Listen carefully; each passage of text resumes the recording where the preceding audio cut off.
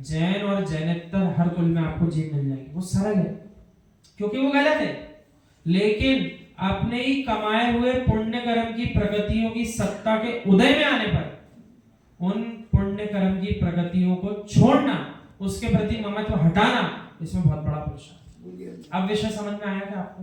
अपना ममत्व उसको हटाने के लिए उतना ही अधिक पुरुषार्थ करना पड़ेगा, उतना ही अधिक पुरुषार्थ करना। छोटे छोटे पुण्यों की तिलांजलि जब जीव देगा तब जाकर के सातिशय पुण्य रूप में अनंत अवस्था प्रकट होगी। और जब तक इच्छाएं करेगा छोटी मोटी तो सातिशय पुण्य अनंत अवस्था का प्राप्त इकट्ठा ही नहीं कर पाएगा, अनंत अवस्था प्रकट ही नहीं कर पाएगा, ऐसा कहना है। तो क्या लिखा? पुण्य प्रगति की छपड़ा के लिए तीव्र तपस्या करना पड़ती है।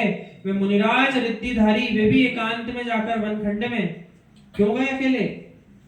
अरे इतनी रिद्धियां थी, जगत में वैभव दिखाते अपनी रिद्धियों का, पूरा विश्व आगे पीछे घूमता, एकांत में क्यों चले गए? उन बची हुई पुण्य कर्म की प्रगतियों का भी तिलांजलि देना है, तब जाकर के अनंत सिद्ध अवस्था की प्राप्ति करना है। तो वो कह रहा है अनंत भगवान जो होते हैं वो पुण्य प्रगतियों का भी क्षय करते हैं। यदि उसी अनंत अवस्था में उन्हें आनंद आ जाए तो क्या सिद्ध दशा प्रकट हो पाएगी क्या? और ऐसा होता भी नहीं। जो अनंत हो गए सो नियम से सिद्ध बने कि नहीं बने? और जितने भी अनंत हैं वे नियम से सिद्ध होंगे कि नहीं होंगे? आज निर्णय करना पड़ेगा इस पर। तो जीव को अभी जो छोटे छोटे पुण्य कर्म सत्ता में आ रहे हैं उसमें उसको भूलना नहीं चाहिए। यदि बहुत धन संपत्ति भी आ गई पुण्य कर्म की प्रगतियों के माध्यम से, तब भी ज्ञानी जीव को विचार करना पड़ेगा, अरे जब चक्रवर्ती जैसे जीव को सब कुछ छोड़ के जाना ही है तभी मोक्ष जा रहा है, तो मुझ जैसे जीव के पास कुछ भी नहीं है, मुझे तो ये सब होते हुए भी अपना नहीं मानना, अन्यथा उसका थोड़ा सा भी नुकसान हो जाएगा, बहुत अधिक रुदन करता दिखेगा। और ज्ञानी है तो सर्वस्व लुट जाए, लेकिन उसको ज्ञान है मेरा ज्ञान मेरे पास सुरक्षित है, तब भी वो दुखी होने वाला नहीं है, क्योंकि मोक्ष तो ज्ञान से जाएगा, वर्तमान की धन संपत्ति से मोक्ष जाने की ताकत नहीं रखता कोई। विशुद्ध सागर पंच परमेष्टि की वंदना दिन में एक बार नहीं, दो बार नहीं, कोटि कोटि बार करते हैं। हे मित्र, आप तो जागते जागते माला फिरते हो, मैं तो कभी भी बिना माला के विश्राम ही नहीं लेता हूँ।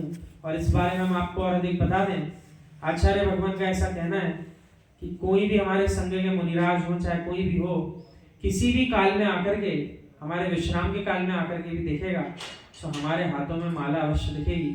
वो अलग बात है निद्रा आ गई सो उस काल में बस माला नहीं फिर रही, अन्यथा निद्रा आने तक चाहे कुछ भी समय हो रहा हो, 12 बज रहे हो, 1 बज रहा हो, कोई भी समय हो, हाथ में माला तो फिरती रहती है आखिर तक। ऐसा आचार्य भगवान बताते हैं मुनिराजों, उन्हीं के संग। और कुछ एक मुनिराज भी हैं, सर्वाग सागर जी महाराज जैसे हैं, तो कुछ मुनिराज क्या करते हैं, बिना बताए अचानक आचार्य श्री के कक्ष में विश्राम के समय में चले जाते हैं। आचार्य श्री कर क्या है, ऐसा स्वयं आचार्य श्री ने बताया। तो कुछ महाराज जी ऐसे हैं जो अचानक आ जाते हैं और ये देखने आते हैं, बोले हमारे गुरु कर क्या रहे हैं, देखते तो आए, ध्यान कर रहे हैं कि सो रहे हैं कि माला फिर रहे हैं। सो बोले हमेशा उनको हाथ में माला तो मिल ही जाती है। एक बार की घटना है, आचार्य भगवान विमल सागर महाराज जी के प्रति कुछ जीवों ने ऐसा संदेहास्पद जो है ऐसा दृष्टांत बनाया जगत में कि अरे देखना पड़ेगा अंदर कक्ष में जाके करते क्या, ये जो आवाज आती रहती है आवाज किस बात की आती है। तो एक जीव पता है उसने क्या किया, जो विपक्षी दल के जीवों का नेता था, उसने बिना किसी को सूचना दिए आचार्य भगवान विमल सागर महाराज जी के कमरे में बिना बताए विश्राम में जाने के पहले जाके छुप गए। बोले आज रात को सब दूध का दूध और पानी का पानी होगा, अंदर करते क्या है। सुबह गया और जिस बात के पीछे गया कि आवाज क्यों आती रहती है, सो अंदर छुप करके देखा, अरे जो माला है वो पत्थर की है। किसकी है? माला जो है वो पत्थर की है, और जिस पर रख करके हाथ फेरते हैं वो क्या है, अपना पाटा है द्रव्य का।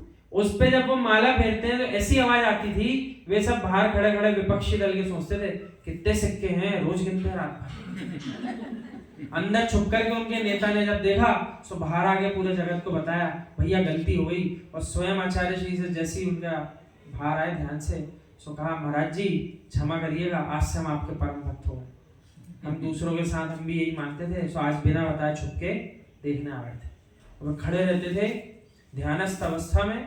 आचार्य भगवान सन्मति सागर महाराज जी की घटना भी ऐसी है, आचार्य भगवान विमल सागर जी की ऐसी है। जीवों को लगता है अरे ये सब कहाँ लगे रहे, क्या करते हैं। हमने देखा कि जिन जीवों ने जाने का ऐसा मौका मिला रात्रि में 11 बजे, 11:30, 12 बजे, तो देखा अरे दिन भर इतनी मेहनत करने वाला जीव, दिन भर अपनी साधना में लगे रहने वाला जीव रात्रि के 11:30, 12 बजे भी खड़गासन स्थिति में माला फेर रहा है।